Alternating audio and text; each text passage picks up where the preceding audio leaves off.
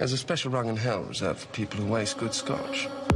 Say, how many drinks? This will make 6 martinis. All right. Will you bring me 5 more martinis? Leo, line them right up here.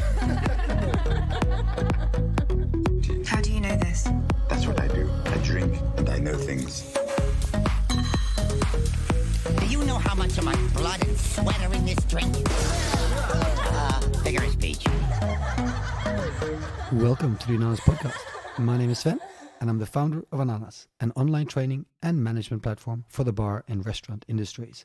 And I'm also the host for this podcast, where I get to interview and hang out with some of the most inspirational people in our industry in an attempt to try and figure out what it is they do differently in order to achieve their success. In this episode, we have none other than Jack McGarry joining us from the Dead Rabbit in New York. As far as bartending royalty goes, few are as famous or as accomplished as Jack, the winner of the 2013 International Bartender of the Year Award and the co-owner of the famous Dead Rabbit with Sean Muldoon, a venue that has won numerous international awards, including the prestigious goings for World's Best Bar, World's Best Cocktail Bar, World's Best Drinks Menu, and many, many more. But there's more to Jack than being a great bartender. In addition to opening Dead Rabbit and Blacktail, Jack and Sean have also co-authored 3 books and are currently planning both national and international expansion of their Dead Rabbit brand, something we'll be talking about in our conversation. Now, beyond the bar, Jack has also been very open about his past battles with alcohol and is today a champion for mental health. He's also an avid marathon runner and, I found out during our chat, an avid list keeper as well, and is a super organized and ambitious entrepreneur. Jack is constantly striving to be the very best at everything he does. So if you are aiming for excellence in life and at work, this is the podcast for you. So, without much further ado, let's get amongst it. Here it is. Welcome to the Ananas Podcast, Jack. Thanks for having me, mate. Man, I am so excited to have you. It's been a long time coming. We've been trying to tee this up for quite a while, but you're a busy man. I'm also terrible with Facebook Messenger, so I think that's part of the reason too. My apologies. Now, I want to dive right into it, and normally on these podcasts, I try to go, back into the early days first of your career, and kind of jump into the present, just to get a sense of your journey. So, yeah. To start with, can you tell me a little bit about what and where your first job in hospitality was, and whether or not you learned something there that you've been able to take with you in your career later? Yeah, absolutely. So my first job came when I was 14 years old. I don't know if it's the same in Australia, but when you're a kid, you would have always asked for a lend of money off your mum and dad when you were a kid, but you were obviously never repaying it. That's just the way it was. So there was a day, I think it was like there were shoes. I don't know if these shoes are still made now or what, but they were called Nike Air Max. And these new shoes came out, and all the people who had money in Belfast were wearing those shoes. And I asked my mum for a lend of, I think it was like 60 quid or something like that, which back then was like, I was from a working class background. My mum was like, she didn't have the money, and she said, if you really want them, go out and get a job, make the money and buy them. So I said, right, get me a job. How do I get a job? And my father's cousin ran a bar literally down the street called the Hunting Lodge, and this is in West Belfast in the early 2000s. So he brought me down to my cousin for to see if I could get a job, and we had a somewhat of an interview, and basically told me his 2 things were don't steal and be loyal. That was the kind of setup that I got, but I got a job as a glass washer, and so emptying ice trays. The smoking ban wasn't in place at that time, and emptying glasses and cleaning glasses and restocking the bar, but like essentially a bar back. And I loved it. I loved the pace of it. I loved the social aspect of it. And the key thing that I pulled from that was working hard. The first bar manager of that bar, who was a guy called Martin Tolan, and he was actually the guy that told me to go to America, believe it or not. But his thing was, he said to me the day that I started that the previous barback to me was the best barback that had ever worked with. He was amazing, best barback ever type thing. And it became my whole raison d'etre to be better than that guy. And that sort of that has just defined my journey in this industry moving forward. It's not me saying I am better than anybody, but it's me. I will work my ass off to put myself in good position. So, in terms of what I learned from that first job was as being for being a barback and washing glasses, it's work hard. I think now in today's society, with a lot of the younger generations, they're sort of somewhat expecting it to be given to them, and that just wasn't the like I hate to say like back in my day because I'm still relatively young, but it just wasn't the way it was back then. I think there's something to be said for that type of like starting at the bottom and getting beat down, and really working and grafting and doing that type of stuff to get forward, because it's what's defined my career in this industry is that ability to grind. That's awesome. I love that. I think it's great. I mean, all three. Don't steal, be loyal, and work hard. Doesn't really matter what industry that you are in. I think those three things would set anybody well up. And I think for anybody who's looking for, in order to progress in a career, you do rely on great references. Really, you need to. Yeah. You don't get anywhere if the previous person you work with tells everyone you're shit. They got to go out and say, "Wow, this guy's amazing." And loyalty, hard work, and not stealing certainly are three attributes that'll get you there. You mentioned the first person you worked for there, and advice of going to America. One of the things I love to ask people is whether or not they've had any mentors, especially early on in the career. I've obviously read that you consider Sean a mentor of yours over the years. Can you share any valuable lessons you've learned from him or from other mentors that you had in the early days of bartending that you still refer back to today? Yeah, listen, I think mentors are important, full stop. I don't think you ever should stop having a mentor, particularly like, as you know, as a business operator, like there's always somebody out there that's better, better than you at what you're doing, or better than you at one particular aspect. So I always believe in having a mentor and having somebody that I'm pushing myself up against. So for me in the cocktail industry, that first mentor was obviously was a guy called Kieran Breen. And Kieran Breen was a former pupil of Sean Muldoon's, my now business partner. So Kieran Breen connected me with Sean, and then Sean became my second mentor. And he was the one that really opened my eyes to the scope in terms of technical and intelligence and of our industry. Like I was through him that with the Connoisseurs Club program that he ran at Belfast, that I got to meet the likes of Sasha and Gary and Dale and all these like industry powerhouses. And working in the merchant, I got to stay up with these people until 5-6 o'clock in the morning in the hotel until breakfast service started. We went through one drink hundreds of times to get that one drink right. And that type of foundation is just I'm incredibly fortunate to have that experience. But with Sean, the first time I met Sean Muldoon in the merchant, he sat me down at table one in the merchant, and he said, "There's two different types of people in this world." And he used two pieces of ice to explain the metaphor.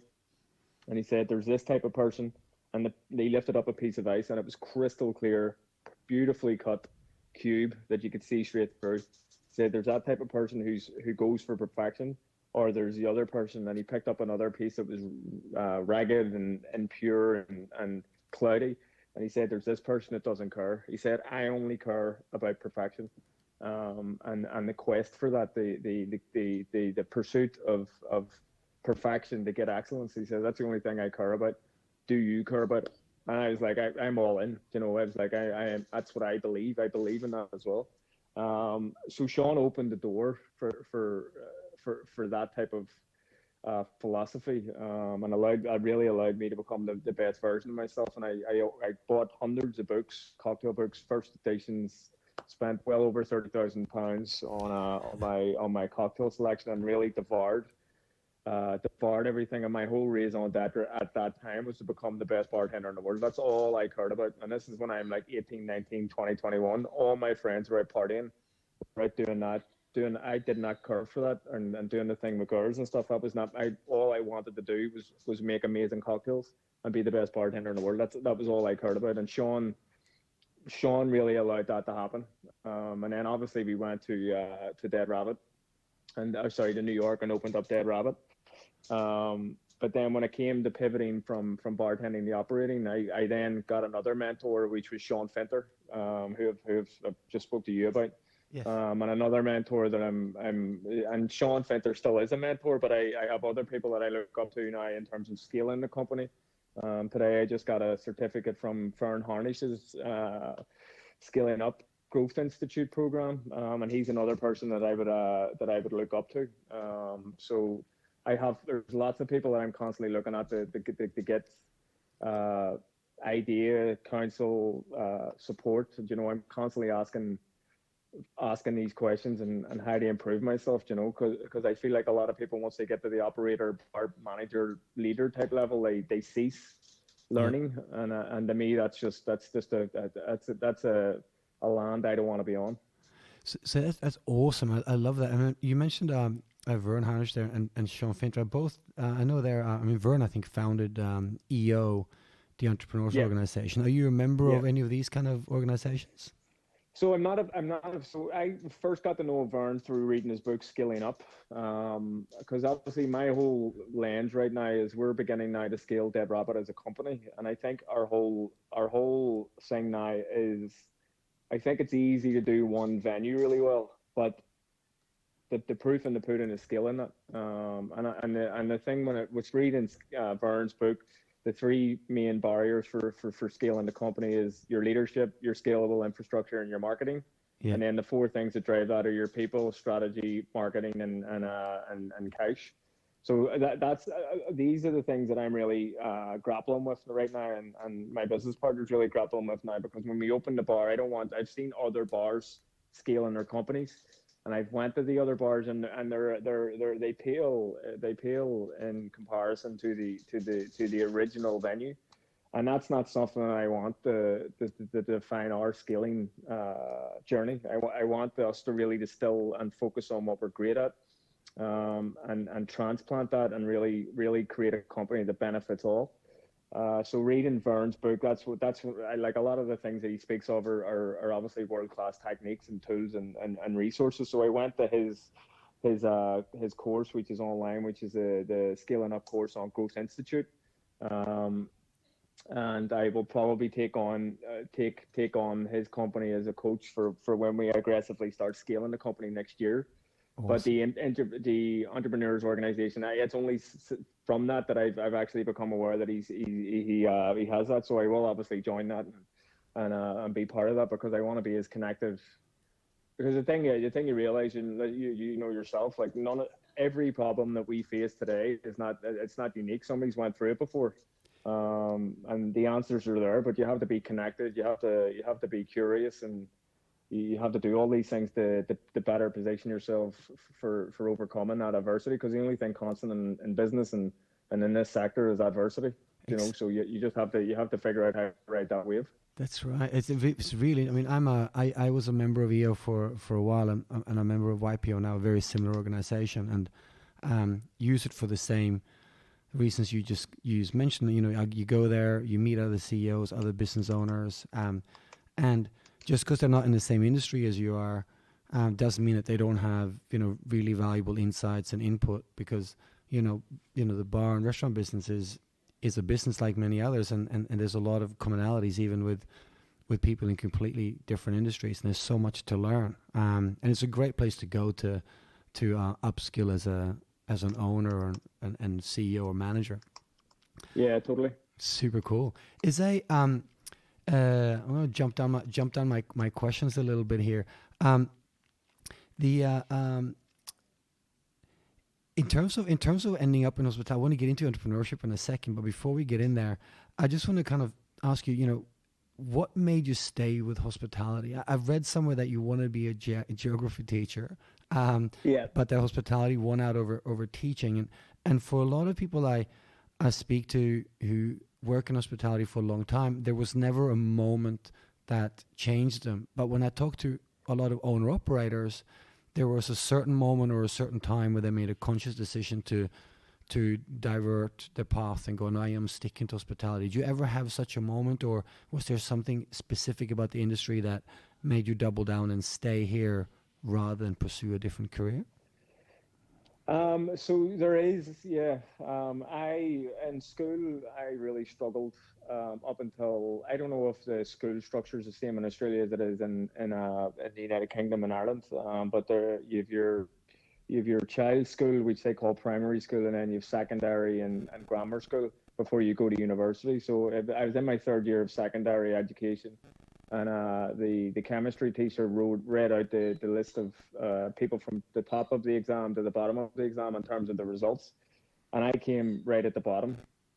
And I remember going to break, because it was break after the third period. I remember going there and saying that was the last time. I made a decision in my mind that this is the last time anybody was ever going to say that I was the worst or the bottom in anything that I ever did moving forward. And that was the kind of shift then. I excelled in school. I wouldn't say that I was like the best, but I was very competent, and the person that I admired in school, again looking for mentors and people who are better, was a geography teacher, a guy called Mark Watson. And I thought he was cool. Like, he was a cool guy. When he had a wife, and he had that kind of cookie cutter life in my head that I thought then. He had the blonde wife, he had the 2.5 kids and a Volvo, you know. So I thought that's what I wanted. So that was that's when I was looking at that. But then when my mum said to me, if you want something, you've got to go out and earn it, that's when I then started to work in bars, and I started to explore this other world. And I remember the more and more that I was shifting towards this industry, because my mom comes from a very academic family, a family of high achievers. And she said to me, like, what are you going to do? Get a PhD in cocktails. And that was it. When she said that, I was like, fuck you, fuck your stupid family. I'm going to go and achieve this. And because I believe in it, and I'm passionate about it. And listen, I believed it was something that I could be the best at. I could it was the first time in my life that I could see a clear path in terms of you work hard, you're humble, you focus, you're diligent, you will succeed in this industry. And I believe that to this day. And that was those were the kind of confluence of factors and situations that led me to double down on the industry. And then obviously when I started working with Sean Muldoon, my business partner and a merchant, I never looked back, because I was at that point looking at taking a year out before going into university. And then I started working with Sean in the merchant hotel, and I was like, this is all you could ever want. And at that point, even I was making more money than my mum and my dad, even at that age. And I was like, what am I going? I'm going to go and spend 15, 20, 30, 40 grand on a degree and then wipe my ass with it at the end of it. There's no point, you know? Oh man, I did that. I went and got myself a journalism degree and never used it. You know, but you're using it now. You're doing this podcast, so yeah. No, actually, I actually did end up using it. Well, I never used the degree, but I used to write for a bunch of magazines. It did come in handy, but mostly got me to Australia. So you moved from there into opening your own venue. So I think Dead Rabbit opened 7 years ago. Right? So 2013, I think we opened. Yes, February 12th, 2013. So 7 years ago. So can you tell us a bit about what the concept behind Dead Rabbit was, and your experience in opening the venue? Obviously, opening your own venue is very different to opening one for someone else and managing. So what was how did the concept come about? Let's start there. What was the idea behind it? Yeah, so as you know, we worked in the merchant hotel, and the merchant, when we left the merchant was one of the most awarded cocktail bars in the planet at the time, and it was a bit of an anomaly because it was not in New York, London, Sydney, Melbourne. It was completely off the radar in terms of like influential cocktail type places.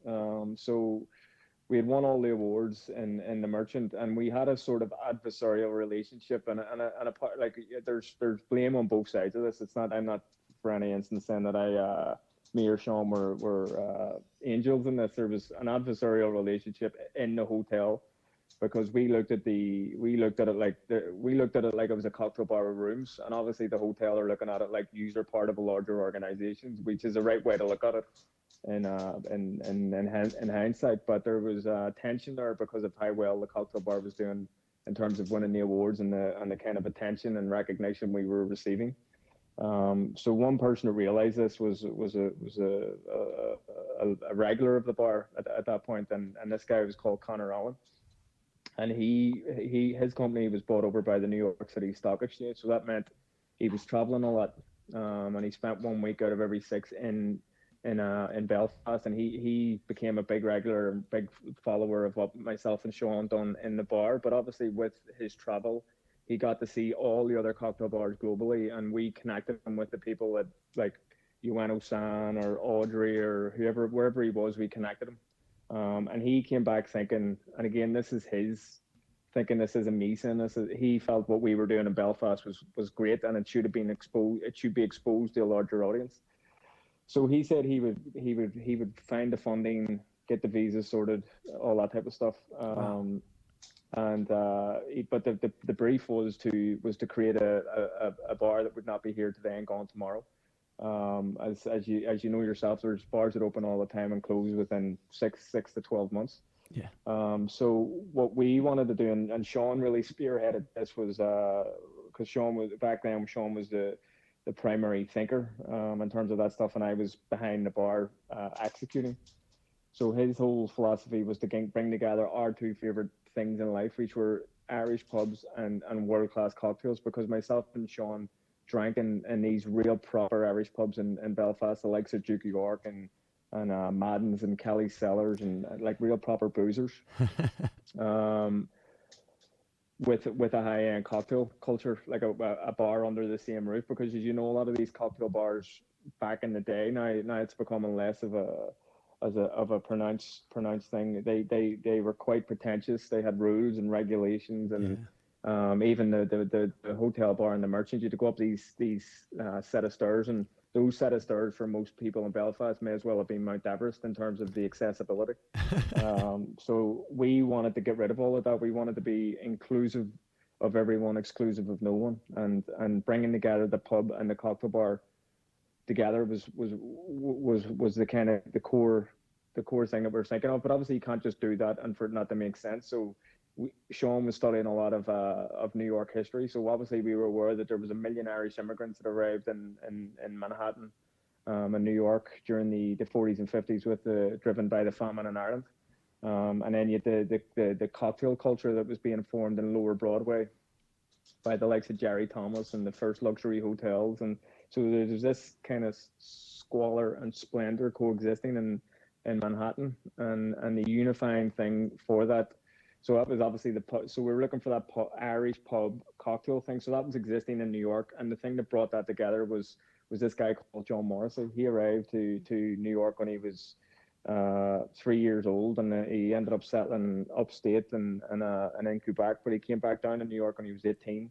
Started hanging around with Tammany Hall enforcers, and got involved in running rackets and working a lot on Water Street. And then he went away during the Gold Rush era, the 49ers they were called, and he ended up coming back making money from gambling rackets. He ran gambling saloons, and he then started befriending the likes of Jerry Thomas. He then started opening cocktail bars and saloons on Lower Broadway, and he then went on to become he was a bare knuckle champion of America. He founded the Saratoga Race Course. He was a congressman and a Senate man. He died. All of this was achieved by the time he was 48 years old. Wow.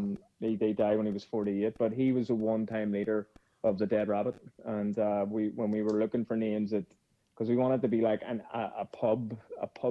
Irish pub accessible type name. You see these in Belfast and Ireland, and even in English pubs like the Slaughtered Lamb or the Chicken and Hen. We wanted to be something like that, and we were looking for a list of New York Irish identities in the middle of the 19th century, and Herbert Asbury's book came up, which is The Gangs of New York, which obviously there was a movie created of the same name, and the fourth identity down in that Wikipedia page was Dead Rabbits, and Sean seen the name and just loved the name, and that's really where that's really the story. I mean, there's much more context to it, but essentially at its very distilled form, it's an Irish pub with a high-end cocktail bar, and we're all focused on our whole thing is hospitality and inclusivity, and bringing that world-class hospitality that we do in Ireland, but delivering a really high-end product while doing it. That is awesome. I love a good backstory. That is brilliant. I tend to get into the same deep research when we try to come up with our venue names. Is there something you can highlight from this first venture that you wish you had, something you learned along the way of opening your first venue that you wish you'd known before you started becoming a bar owner? I find that a lot of us go into these things, and along the way, opening the first venue, like, holy fuck, I didn't know this. Is there anything that you learned along the way that you could share with others who might want to open their own venues and go, hang on, here's a couple of important things that I learned on that first one?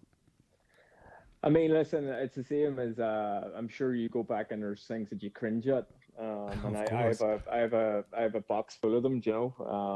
There's a million and one things I wish I'd have known before getting into this, and I think the only way you learn these things is by throwing yourself in the fire, and figuring it out yourself. And some people either deal with that heat or they can't deal with it.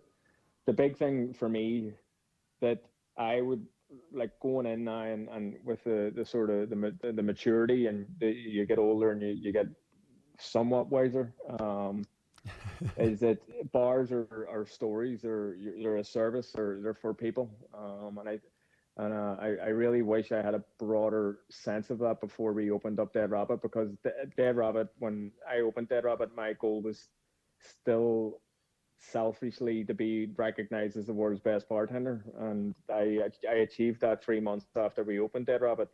But it was a shallow raison d'etre, and the thing now that I focus on every day is to bring the Irish pub into the 21st century. That's the larger aspirational way, and there's obviously a whole bunch of things that sit underneath to serve that mission statement. So I think looking back now, I really wish that I had a better grasp on the larger why, the bigger picture, to serve our people, my former colleagues, and obviously the larger constituency of people that are going into the bars, to be a better leader. But listen, I don't regret it. When we opened the bar, I was very autocratic. It was very like, this is the way. And if you don't like it, you can fuck off, because I felt coming into New York, the technical standards of like Australian bartenders, Irish bartenders, English bartenders, I still to this day feel like they're superior to American bartenders. And I came over with the milk and honey way, as I call it. This is the way it's done, and I didn't have the emotional toolkit to help, like the deal with the nuances of different personalities and different situations. So I think my advice, if it was to my younger self or to anybody going into business, is just remember that it's not all about you. That you have to serve your team. You have to serve your community. You're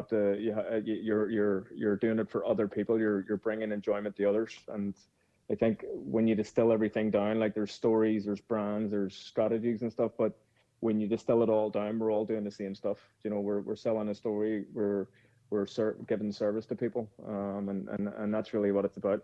That's awesome. I think I've spoken to a few other bar owners on this podcast, of course, and a few of them have mentioned, that one thing that they've learned along the way is to shift the focus away from me and onto we instead, as part of the journey. Totally. Yeah, that's awesome. And it seems like you and Sean got a quite a partnership going. There's a lot of magic going on there. How did you?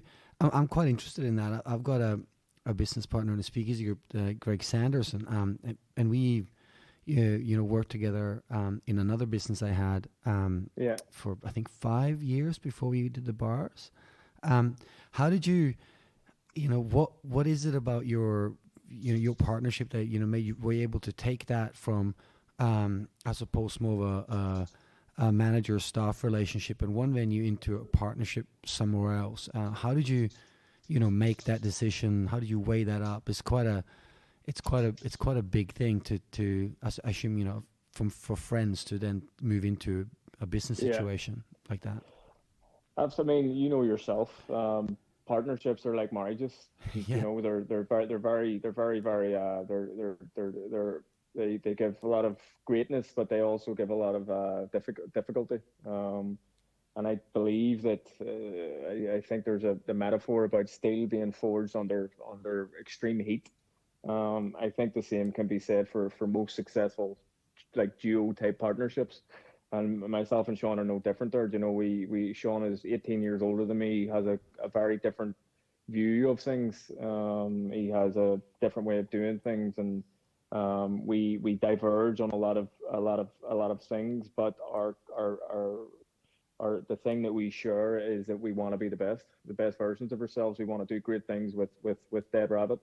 And we have different ideas sometimes what that looks like, and we argue and we fight, but we respect each other's differences, Sean. And the key to any successful relationship, and we've been working together now. We've been working together now for 13, 14 years, and there's no sign that that's going to stop for the next 5 to 10 years, But the big thing is obviously you've got to be completely 100% honest with your partner. You've got to understand that you're gonna argue and fight, and it's going to be really ugly. But you have to be unified in front of your people, regardless of who came out on top of that or whatever.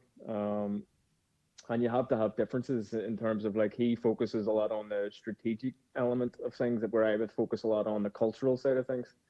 And the operations. So I think Sean is one of the best in the world in terms of branding, storytelling. I think he's unbelievable with that, and I fully trust what he does in that arena.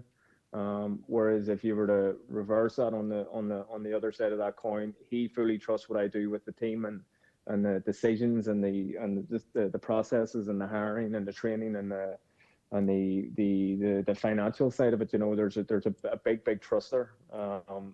And we'll buy into it. He'll come to me with what's going on with the brand, where his head's at, and get my 2 cents on it, and I'll do the same thing for anything that I'm pursuing, so that there's no miscommunication. That's cool. But I mean, as a part, and the other thing that I think would differ us in terms of a partnership, we came to a different country. We're both from the same part of Ireland, and obviously we're 18 years apart, but we came here together. And we suffered together, and we've succeeded together, and we've taken one step back and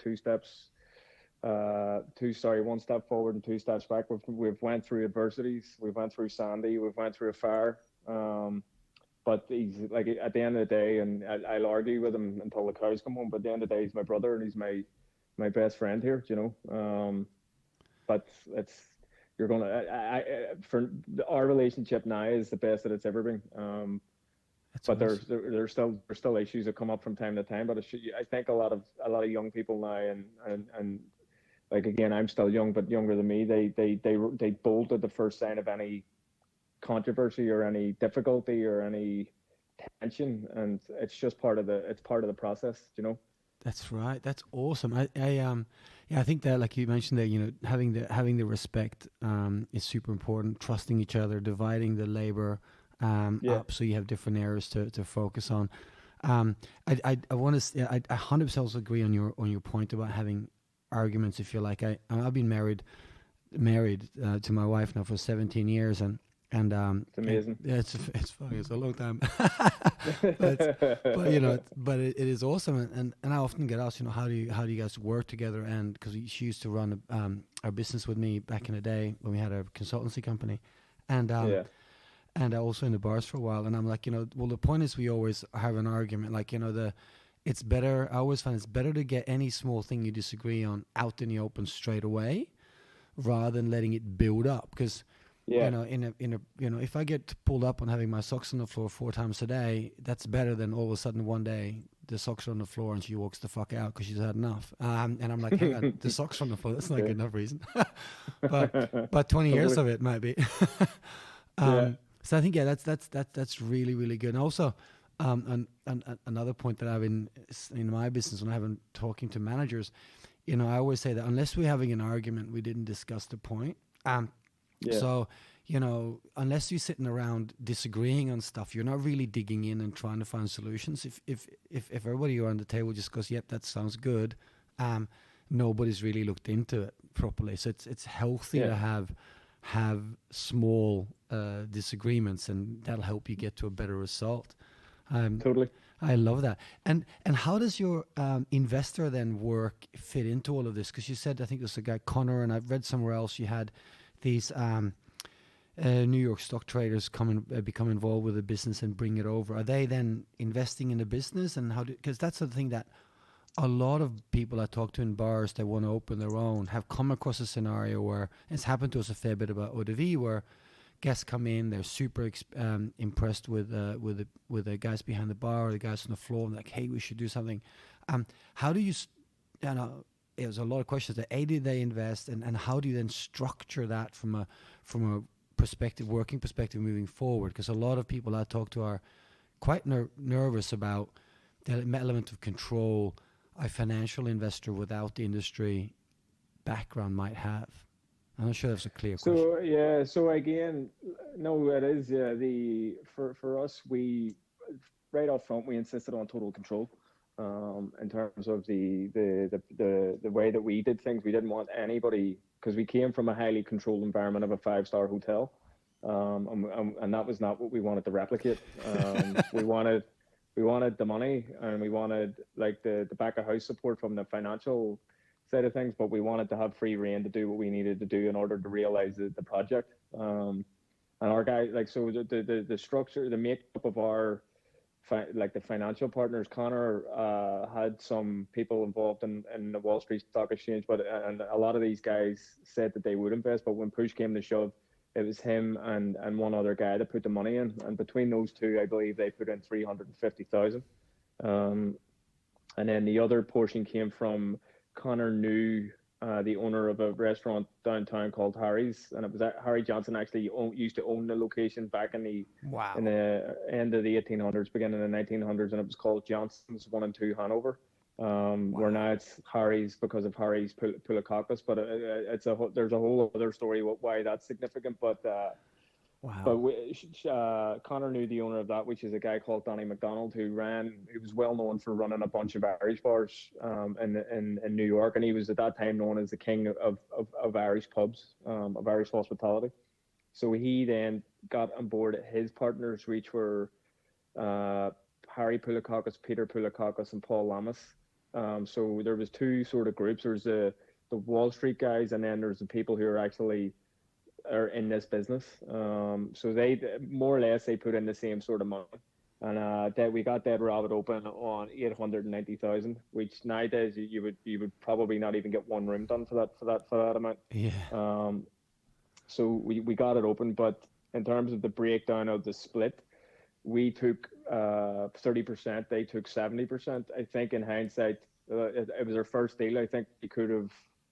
Now, obviously, we're going to be. There'll be more negotiation, but you've also got to zoom out and look at, like, we're looking to scale this and that type of thing, and we need that financial support. So the percentage, we look at it from an abundance perspective of, like, we'd rather have less of a big pie as opposed to more of a small pie. And obviously for businesses, cash is oxygen, and it's not to be underestimated. Having financial partners is we're fortunate, but obviously we've delivered, or else we would not be attractive for them. Exactly. So in terms of, like, advice to people, you've got to really be careful about who you get into bed with. Your financial people will make or break you. They'll stiff you. They'll fuck you over. Now, for us, we've been very fortunate, and, like, we've worked hard. I believe hard work makes luck. You're not just lucky all the time. You have to to put the graft in, to put yourself into those opportunities, and when those opportunities present themselves, attack them. And that's what we did with Connor, and that's what we've done with these guys. And these guys have Peter and Paul. We work a lot with now, and everybody else they're sort of silent. But they have our back. They've even with the fire and Hurricane Sandy and even this situation, they're always there to support us.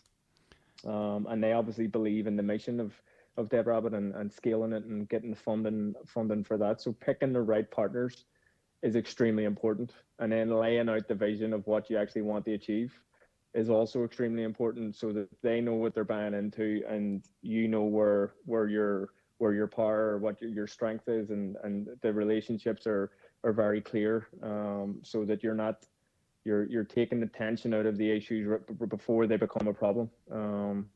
And we've had to figure that out. You know, there was one of those partners that came in the early days, and he messed around with music, putting his own music on and just dicking around. And he was an owner, and one of the major owners, and we bought him. He said, "You're fucking up. You're fucking the whole philosophy of what we're trying to do here," and we barred him. And they could have made a deal out of that, but they knew that we were there for a very specific thing, and they supported us and told them, like they said to him, "Listen, you've got to cool off, and let the guys do what they need to do." So picking your partners is so important, and making sure you're crystal clear on your role and responsibilities moving into it. That's very cool. I love that. I also think I think it's awesome that you barred him. I think most of the guys I've come across over the years who want to invest in bars just want to say that they're a bar owner. Yeah. And that's the worst guy I want. You know, I want, and we walk into the venue, if the venue's full, you know, I'll stand in line. I'll go somewhere else. Like, I don't want to. Absolutely. But people who want to own a bar for the prestige, they want to be able to roll in and have someone kicked off a table and hold a section in the venue for them all the time. And those aren't the right guys. They're gonna hurt turnover when you need it. You know. Totally. And provide a bad experience for guests in the venue just so they can look cool. Jeez. Totally. And you mentioned the fire as well. I mean, Jesus, how did you how did you deal with that? It's a couple of years. I think it cost, like, I read somewhere, it was like $500,000 worth of damage, and you had to close it for many weeks. I mean, what happened, and how did you deal with that? I mean, that must have been fucking hard. Yeah, I mean, listen, that was brutal. Personally, it was brutal because I had to put down I'm a huge animal lover. So at that point I had 2 pit bulls, and I had to put one of them down a week before that. And I took that week off because I'm sure there's a lot of people probably listening to this that don't understand that. For people who have animals, they'll get it. But I took that week off to kind of gather myself. And then the last day of that week was a Sunday, and I got the call saying that the bar was on fire. And I was in New Jersey at the time, so I had to come back from the beach in New Jersey to the city. And then a week later, I broke my foot, and the other passion in my life is being running. So my dog died, the bar was on fire, and I couldn't run. So it was a very, very challenging time. But the fire happened when we got here. There was 105 firefighters at the scene. And you know straight up that that's a bad thing. Because the FDNY, as much as they're heroes, are the best demolition crew known to man. So we knew that there was going to be significant damage in terms of the fire, but also there was probably more, the same if not more, from the actual firefighters themselves. So when we got in, it was mostly located at the back of the building. And what had happened was New York had went through 4 or 5 days in a row where the weather was, and you guys get this all the time, obviously in Australia, but it was over 100 degrees for 4 or 5 days in a row. And the grease trap at the top, the oil at the cord of the trap liquefied and had went back down the trap into and we were cooking fries at the time. And then the heat from the fryers ignited the liquefied oil in the trap, and basically the fire shot up the trap. It came out of the traps and then fried the whole part of the building. Wow. So what had happened, the reason why that happened is our trap cleaners, we have a rolling contract the same way I'm sure you guys do for cleaning this stuff, and they signed off saying that they cleaned it, but it hadn't been cleaned. So that's still being fought out in terms of our insurance firm and their insurance firm. But that was a reason. But in terms of like so the whole kitchen was obviously toasted, and then the back part of the building, so the bathrooms, the pantries, and then we located all of our electrical grid and stuff was at the back. So it was significant damage, and then the firefighters came in. Obviously, water was everywhere, so floors were damaged, walls were ripped down, and stuff like that. So there was definitely a couple of $100,000 worth of damage, and then obviously when you put on top of the being closed for 18 days, you can put another couple of $100,000 on top of that. But obviously with being fortunate with our partners, we were and having a strong enough position on a cash flow basis, we were able to pay the staff full for the 2.5 weeks that we were closed, plus their tips, which is our average payroll plus tips is 90,000 a week. So that we were out a lot on that. We got the business back open. And listen, it was very, very stressful, very, very, very stressful time. But I'm the type of person, when there's a problem, I just run towards the problem, and not run away from it. Wow, that's full on, man. That sounds like a crazy thing. And I got there's another massive bump in the road I wanted to quickly ask you about as well, because I just read about this recently that whilst Dead Rabbit was rebuilt after the fire, the second venue, Blacktail, recently closed for good. Yes. And that's something that'll happen to all venues. No venue lasts forever. Yeah. Can you tell me a bit about how did you make that choice? I mean, that is a tough fucking decision to make. Yeah. And what kind of metrics were in place to support that kind of decision? So with Blacktail, we our partners had have a big business on the pier, which is called Pier A, and it's massive. It's like tens of thousands of square feet, and they had this space on the second floor, which was originally called the Harrison Room, after one of the partners' sons, and a beautiful looking room, but it had absolutely no character. There was no reason to go there, no real brand or story. So they came and approached us to they address that and to increase the weekly revenue that it was making. So we looked at it, and we realized there was a story to tell. Obviously, the Blacktail story is the same. There was a real big story, a Cuban American story that we wanted to tell there. But the way there was a lot of mistakes made in terms of our end, in terms of committing to the project. So the first mistake that we made was that we didn't have with the way that we approached Dead Rabbit in terms of full ownership of the decision making, total clarity on the KPIs,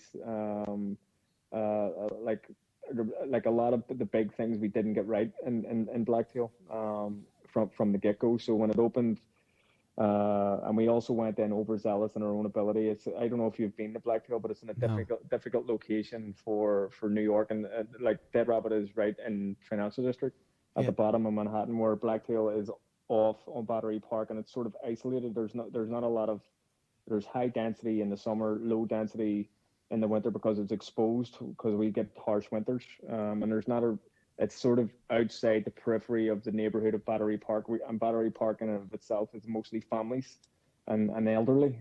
So it didn't have the right demographic to support the model.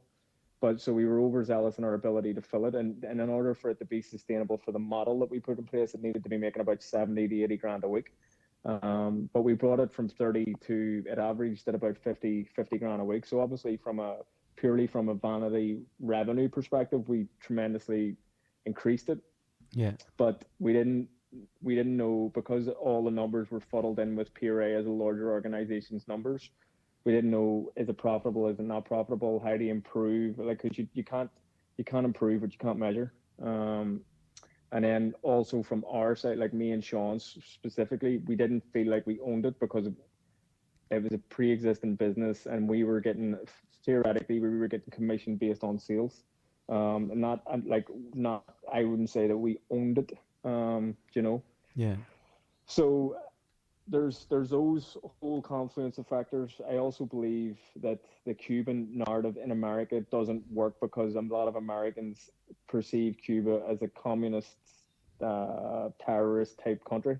So there was not a lot of appetite for that type of story. All right. So you had the story, you had the area, you had the fact that we didn't know the numbers in the actual business, and then you had the fact that we didn't properly own it. So there are a lot of critical problems. Yeah, exactly. And then when it came to making a decision to close it, we, based on some of the numbers that our partners had put together, we were looking at it like it was like a 5 to 7 grand a week loss. And the way that they were looking at it was that they took out a huge loan to pay for the entire pier once they got it back open, and they were repaying a big portion of that next year. And they wanted to shift. I understand it from their perspective. They wanted to shift an asset that was bleeding. And we were also at the point of from our side that we wanted to fully focus on Dead Rabbit, and scale Dead Rabbit. So we both came to the conclusion that in order for us to achieve our goal with Dead Rabbit, and for them to achieve their goal of repaying the loan, we needed to close Blacktail.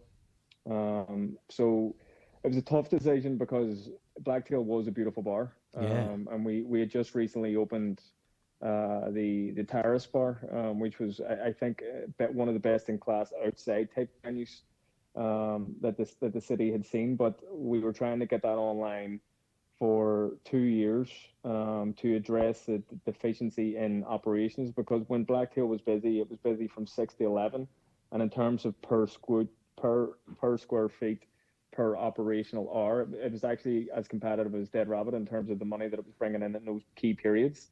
But it was just the fact that we couldn't attract any lunch business because of the location, and the late night crowd wasn't strong because the demographic makeup was families and an elderly population. So we thought that we could capture that, the low hanging fruit, if you want, of the tourist during the summer, because you had the Statue of Liberty tours and stuff being operated right there. But we couldn't get that open until Labor Day, which is just after September. So in New York, like at that point the outside period is over. So I think if we had got that opened at the beginning of the summer, or the year before, we potentially would have had a shot at keeping it closed. However, I'm happy that we closed it regardless, because it's given us we've pulled out great lessons in terms of location's important, the setup of the company is important, having total control of the decisions important. There was a lot of big things that we pulled from it that are going to serve us well moving forward. So it was a painful decision, but we've learned an awful lot from it. That's great. I mean, how do you? I find this extremely interesting. I've obviously been in business for a while and had to make some of those decisions. And what I've found is that quite often what's on paper is the quite often, well, if you're losing, if it says it's losing money every week, then the decision to close becomes relatively clear. The hard thing about it is mentally, because for a lot of us, there's a lot of pride and ego tied up in the success of our businesses and the success of what we do, and closing down can be pretty hard. And it can hit our kind of identity and our sense of self-worth and value and these things. I mean, it definitely was a big kick in the nuts, we made the decision in December, and we didn't feel it was right to tell the team in December that this was happening going into Christmas period and stuff like that. So we waited to tell the team until the very first week of January of this year, and having that sort of burden all over the Christmas period, and then as you say, having a lot of your identity baked in to the business and success and this type of stuff, it was very challenging. But as I said, none of us, when we all of us get put into that coffin, nobody's going to have 100% success. No. Or batting average. It's not successful. The only thing that we can do is not repeat the same mistakes, and use the lessons that we're dealt, and grow from them, and be better moving forward, and that's all you can do. That's all any of us can do. I love talking to you, and I'm loving what you come back with. I mean, it seems like you do a lot of thinking and a lot of introspective work here. I mean, do you have any Yeah. tools or practices that you use in times like that or every day that helps you mentally deal with these kind of hurdles and decisions, tough decisions they have to make, or the recovery from them? Like what's your mental health kind of practice look like on this? Yeah, so on that side of things, that you're 100% right. I do a lot of that. Like I meet a lot of operators that spend 70, 80, 90, 100 hours a week in their business, and with that type of structure, you're a slave to your business. You're not serving your business by being that type of person. You're suffocating your management team and your employees, and you're starving yourself of the essential things that you need to get out of life. So my situation at sort of there's no way to boil it down other than saying that it was a nervous breakdown. When I won World's Best Bartender, it was like a dog catching a toy and then not realizing what they do with the toy when they get it. At that point, I got it, and I was like, I was expecting it to make me like whole and like full and like, and it did none of those things. You know, it was as I said, it was a self-serving, selfish type endeavor. Obviously, I'm still proud that it happened and yada yada, but it doesn't make you as a person. So that led to a lot of like, what do I do? Who am I? Like all this kind of mess. And then that's when I started drinking heavily and going to doctors with anxiety and this type of thing. And then they throw medication at you. And then it just compounded until the time where I woke up on the 26th of March 2016 with my stomach pumped. And the doctor said, listen, you're an alcoholic, you're an addict, and you need to overcome that and figure that out. And in a lot of ways, it was like the biggest and best thing that could ever happen to me, because it gave me it gave me a bullseye of like, that's the problem. You need to deal with that problem. And then that's when I looked into the world of therapy and outpatient rehabilitation. And when you go down that road of like introspective and examining yourself and scrutinizing yourself in total honesty, and it gets worse before it gets better. But when you stick with it, there's a lot of great things that come from it.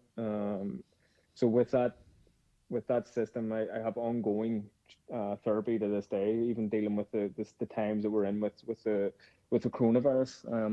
I have ongoing support that gives me the ability to zoom out and look at the bigger picture and not be, again, fully focused on myself, my problems, yada yada yada. So therapy enables me to zoom out.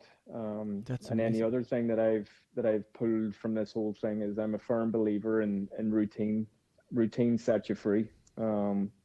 I strongly believe, and I know you're the same in terms of like, Yep. fitness is huge. It's one of the first things that gets severed when you're a leader or a manager or an operator. It's the first thing that goes out the window.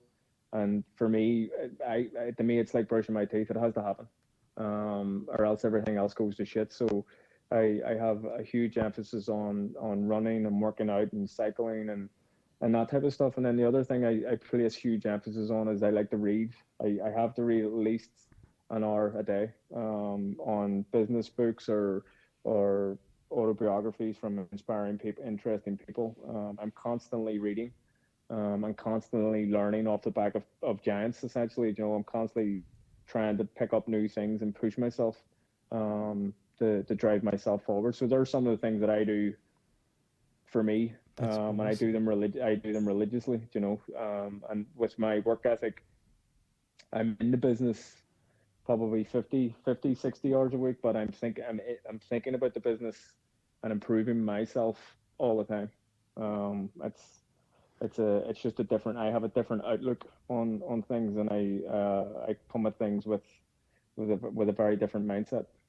It's amazing. So when you say you have your, I mean, I'm very similar. Like in terms of routine, like you said, I wake up, I do my journaling and to start with, and then I do my meditation, and then I like to work out, of course, with kids in the house, not every day starts off like a routine, and occasionally the exercise goes to shit in the morning. But I do find that it's very rare for me to not catch up at some point throughout the day, because I can feel my head's not in the right space if I haven't done exercise.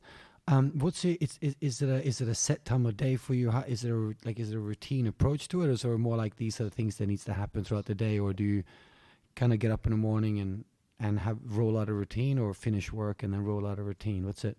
When does all this take place for you? there's two different types of routines. There's a routine of coronavirus, and then there's the routine before coronavirus. So I'll talk about the first one, and then I'll go to the second one. The first one is, beforehand I would have been up at 6 to 6:30, always before 7, and I would have woke up and had my 2 coffees and read for an hour, and then that's when I would have shifted the lens to working out, and then being on work for 9 o'clock. So that's 2 hours of 2 to 2.5 hours of self-improvement type work, and then I go in and then I'm in work, and then I'm generally in work until about 6 or 7 o'clock, sometimes later, sometimes earlier, just depends on the workload and the goals for that day. And then I would come back, and then I would hang out with my fiance. That's Monday to Friday. And then in the weekends, I'm still I would still do the workouts. The workouts would probably be a bit longer, because that's when I would do my longer runs and longer bike rides and stuff like that. And I would still do the reading, but I would tend to lighten everything else up in terms of work, and then spend more time with Katie and the dogs, and do family, like her Katie's family, and they're based in New Jersey. So we would do stuff there and spend time with friends and stuff. That would be the normal sort of routine there. I would bake in going to I like to go to new venues and new bars and restaurants at least once or twice a week to do that internal benchmarking, just to see what's going on. And then obviously when I travel, I'm constantly going to the place, as many places as possible, like your places and stuff, when I've been in Australia. So that's what a normal week pre-coronavirus looked like. But with the situation that we're in now, I'm getting up before 9 o'clock. I'm still doing all the things that I would do, but I just get them done in the day, as opposed to I have to have it done by this time and that time, because obviously I don't have, the business is completely shuttered. So with me, the core focus of each day is read, work out, stay connected with the industry, so communicate with the team, see what's going on the financial side with our applications, forecast for when we're reopen, absorb about a half an hour's worth of news to see where we're going in terms of what's happening with reopening, infections, etc., and then spend time with Katie and the dogs, and speak to family. So that's what the sort of routine's looking like now. And then my big addiction at the minute is Sons of Anarchy, so I've been consuming a lot of that during this time. So that's sort of the routine with coronavirus right now. I love it. I also love your comment that you said the routine will set you free. It's it's amazing. I like that you've changed the routine around, but still have the routine there. Yeah, totally. It's quite funny. When I was younger, I always used to think that routines were, the antithesis of what I wanted. It sounded like, I want to wake up and have full freedom. And then, I just realized efficiency lies in routines, Well, it's the same as that. I think it's in that, is it Big Daddy, the movie Big Daddy?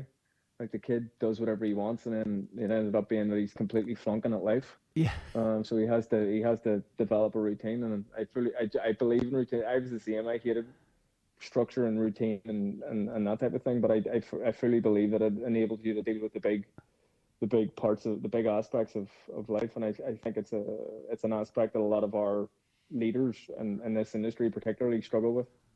Yeah, it can be difficult. I mean, I think hospitality is especially if people are in venue, it can be hard, because there's a lot of things that are in front of your nose, if you like, that needs to be done now. Yeah. Whereas if you have the ability to step out of the day-to-day operations, it's easier to do it where most of your involvement is strategic, or there's other operators in who can take care of the immediate kind of emergencies. Totally. That's full on. In terms of your exercise and running, do you find that this benefits your mental health? So besides like fitness, does it do other things for you? Do you feel do you feel that it provides you with a clearer mind, or provides extra energy? I think fitness is something so many of us forget to focus on in this industry, but I really feel like, for me especially, without it, my mind's just a cloud sometimes. Yeah, totally. I mean, for me, it's stamina and endurance. And I like, I'm a marathon runner, and I've got in the cycling and stuff like that. And I think working in this industry is inherently a marathon, or ultra marathon, even if you wanted to look at it. And you have to break it into digestible chunks and continue to come back and hammer away at it. And I think when I was younger, I was looking at this industry more. I was coming more at it from like 100-meter sprint, like all in, burnout, and then all in, and then another burnout. And I think that mentality is still pervasive in our industry. And I think fitness, wellness, like the things that we're talking now, sleep hygiene, meditating, all these things are really important. And it just provides you with purpose. It gives you, like, if you wake up and you work out, it's a big win to start your day. I remember reading a book from one of I think he's a 4-star, 5-star general, William McRaven from the United States. He wrote a book about making his bed, and he goes like, I get up, I make my bed, and it's a win from the first day, as soon as I get up, and it's all about making that next win, the next, like, building that momentum. And I think that's really what it is. Like, with your fitness, my fitness, people who focus on this, it's momentum, and you then apply that discipline to the other things. That is super cool. I've never heard that. I mean, I think about it exactly the same way. Normally for me, I'm, by the time I get to say 9 o'clock, if I can look back and go, yeah, journal, yeah, meditated, yeah, worked out, I'm like, fucking three. I've got 3 wins. Like, I'm like, I'm so ahead of my game here today. Totally. That's so. Do you also are you also a list person? I'm just asking, if, because a lot of people I talk to love lists in terms of organizing. Are you a list person, or do you kind of riff without them? No, so I'm a huge planner. So every year I have I plan a board. Like, I have a mood board for the whole year and break it up into 4 sections, which is business, personal, family, and then community. And then I have I put in pictures of the big targets that I want to achieve for that year. So personal could be running a sub-3 marathon, learning how to drive, meditating, reading 52 books this year, a book a week. Family, it's I'm getting married this year, starting to plan for kids, that type of stuff. So I have big goals that I want to achieve each and every year, and then I break that down in the quarters. And then from the business side of things, we obviously working with Fern Harnish's organizations. They have a tool called the 1-page strategic plan, and that basically builds your whole plan out, your whole business plan for your next 3 to 5 years, and then breaks it down into 3-year initiatives, 1-year initiatives, and then quarterly initiatives. And then that's supported by our dashboard's called Align. And all of our management, well, we just implemented this recently, actually, but when we start all of our meetings and it's got integration with Slack, which I'm going to be learning about this week. But everything is going to be supported on that model to make it, because I can sit here and say to you, our goal is to bring the Irish pub in the 21st century and become the biggest Irish pub company in America. But like, that's all bollocks if I don't have a plan in place to support that and break it into these small tangible steps to get to that goal. So I'm a heavy planner. I'm a heavy to-do list type person. Yeah. Where the thing that I would focus on now are the big rocks as opposed to the insignificant pebbles, which I have to let that go and delegate to the senior leadership of the venue, and then obviously the other venues and the other venues when we get those open. So I'm always focused on the big. What's the big what can I be of service, and what's the biggest thing I can tackle today. And for me, that's always culture. So it's training, education, building the infrastructure to scale, and that's what I'm focused on all the time. That's fantastic. I love it. I love a good list person. The We're gonna wrap it up in a second. But you just mentioned now the rolling out of more dead rabbits. I seem to remember that back in the day that you said something about how Dead Rabbit was made specifically for New York and wouldn't be relevant anywhere else. What's changed since then? Is it the concept has more universal appeal, or are you what's kind of changed since like the early days, thinking that it would just live in New York, and now it's looking at maybe international expansion, etc. Yeah, so from when we first opened, our whole focus was world's best bar, making the world's best bar an Irish pub in New York. That was a whole goal. Nothing else mattered apart from that. And our whole, I don't know if you're aware or you're not aware, but everything we did was rooted in history when we first opened. So all our first program drinks was revolutionary at the time, and that it had drinks from the 16th, 17th, 18th, and 19th centuries, and like took a lot of ideas that Wandridge had, and we done a lot of research on books from that era, covering the likes of England with William Tarrington, and France with Barry Anna, and then obviously really focusing on America. So we focused a lot of that in our first menu. A lot of the food was historic, and the playlist was very dense with a lot of the old type music, and the walls had all this old type stuff. But we both felt that we were starting to get pigeonholed as the bar where you go and get the old stuff from. And that's not what we don't like being pigeonholed. And that's really when we sort of ripped up the script in terms of that approach, because we both came here to bring together the pub and the cocktail bar. That was the big thing.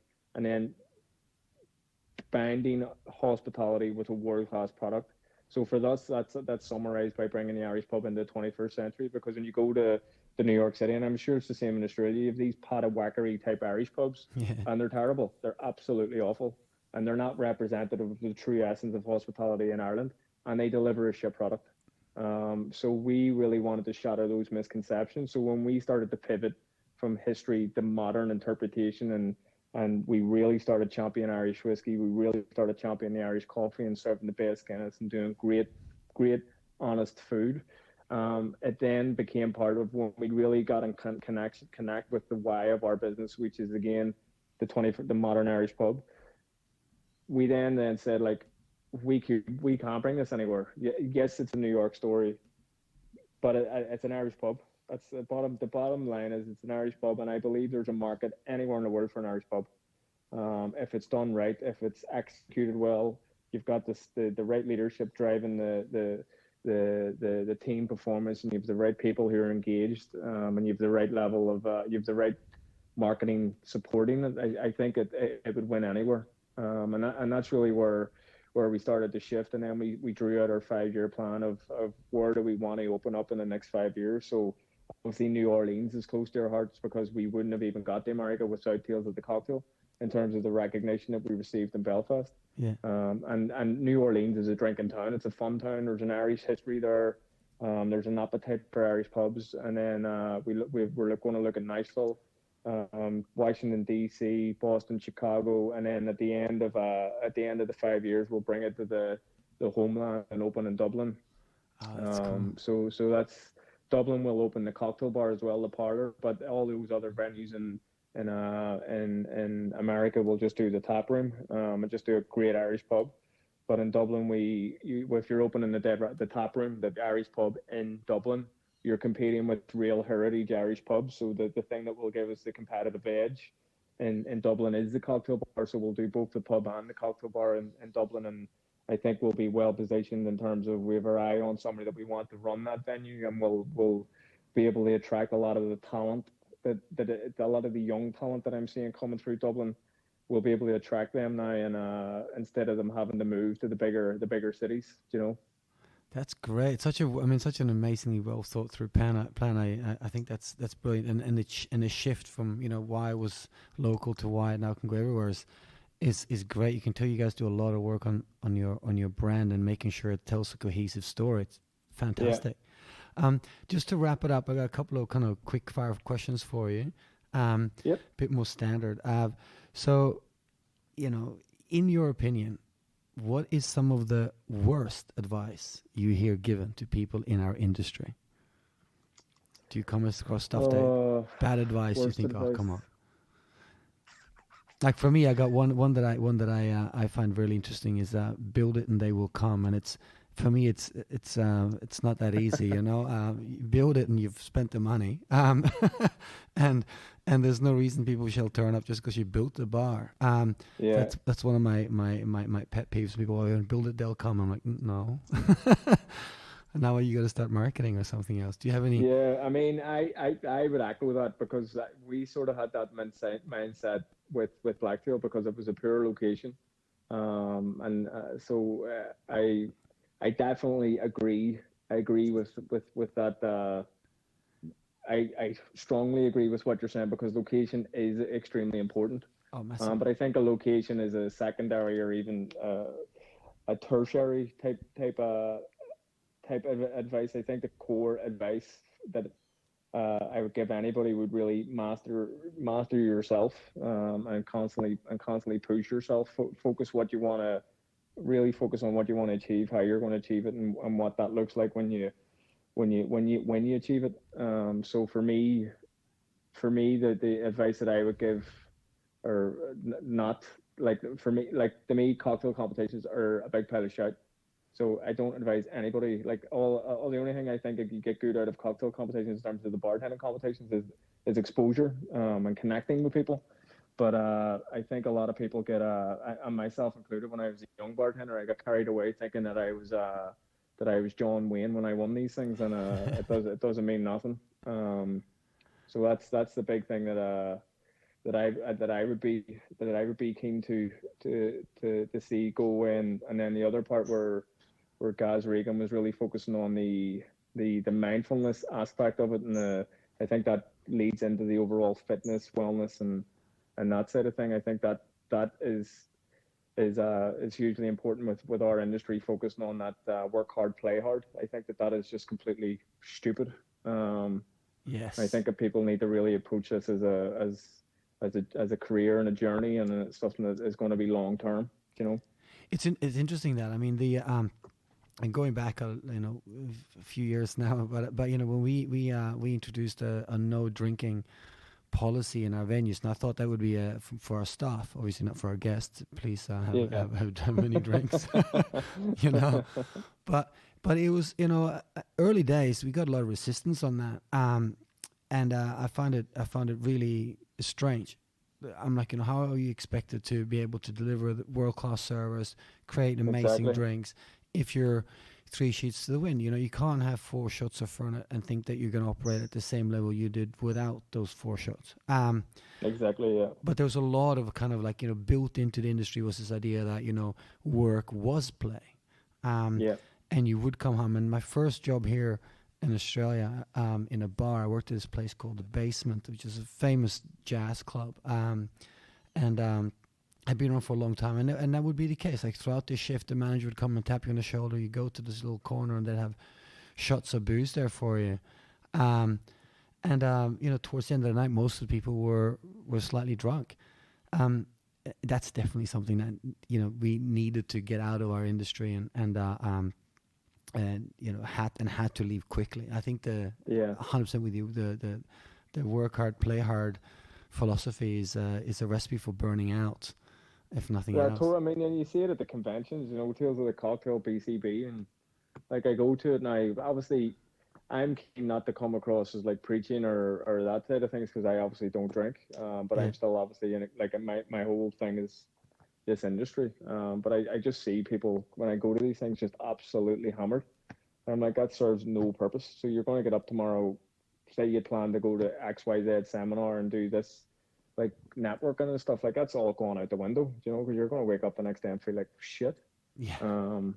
So I think we're definitely taking steps in the right direction. And obviously we are an alcohol industry, and obviously we have to recognize that elephant in the room. But I think we're moving in the right direction in terms of, at least we're now talking about wellness and sleep hygiene and diets, and I think now we're even getting closer in terms of the real core essence of, like, because the thing that underpins all of that is, like, we all come from different industry, like different goals and aspirations, and we get shoved into these rooms that are dark and filled with alcohol, and they exacerbate a lot of inherent mental health issues.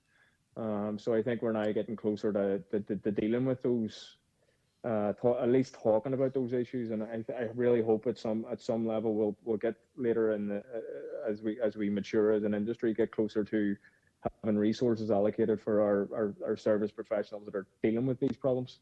Yes. Because that's a big disconnect right now that we're seeing, and I'm not the person right now with my career path in terms of my goals to be that person, but I hope somebody else. I hope somebody else really. I know Tim Judge is pushing that in England and stuff like that. So I really hope something happens there. To connect the dots of, great that we can talk about it, but how do these people actually get help? Yeah, exactly. I also think, I mean, the point you made about, the big conferences is great. I mean, I haven't been to some of these for a few years now, but I used to go, and I had a survival guide for tips for tails back in the day. I remember going, don't go to Hotel Montleone, because if you do, there's laybacks at 8 a.m. So that was like, stay clear of that place for as much as you can until this seminar time. The other one was never go to Alibi, because Alibi would always mess you up. And then stay clear of shots and laybacks, and it's like, if I cannot do those three things, I'll be fine. And then I would go to, book a bunch of lunches and go to different cigar bars and catch up with people outside of seminars. But it's so easy to get wrapped up in the whole, excessive boozing, and then miss out on all the amazing networking and learning that you can do there. Final question for you, and then we're going to wrap up. It's a long one, and I don't want to put you too much on the spot, but if you could make one sweeping change to our industry, what would that one thing be? So this could be a local change, global. It could be anything from legislative measures to trends or behaviors, from guests to staff, like anything at all. But one sweeping change that you could see made to our industry, what do you think that would be?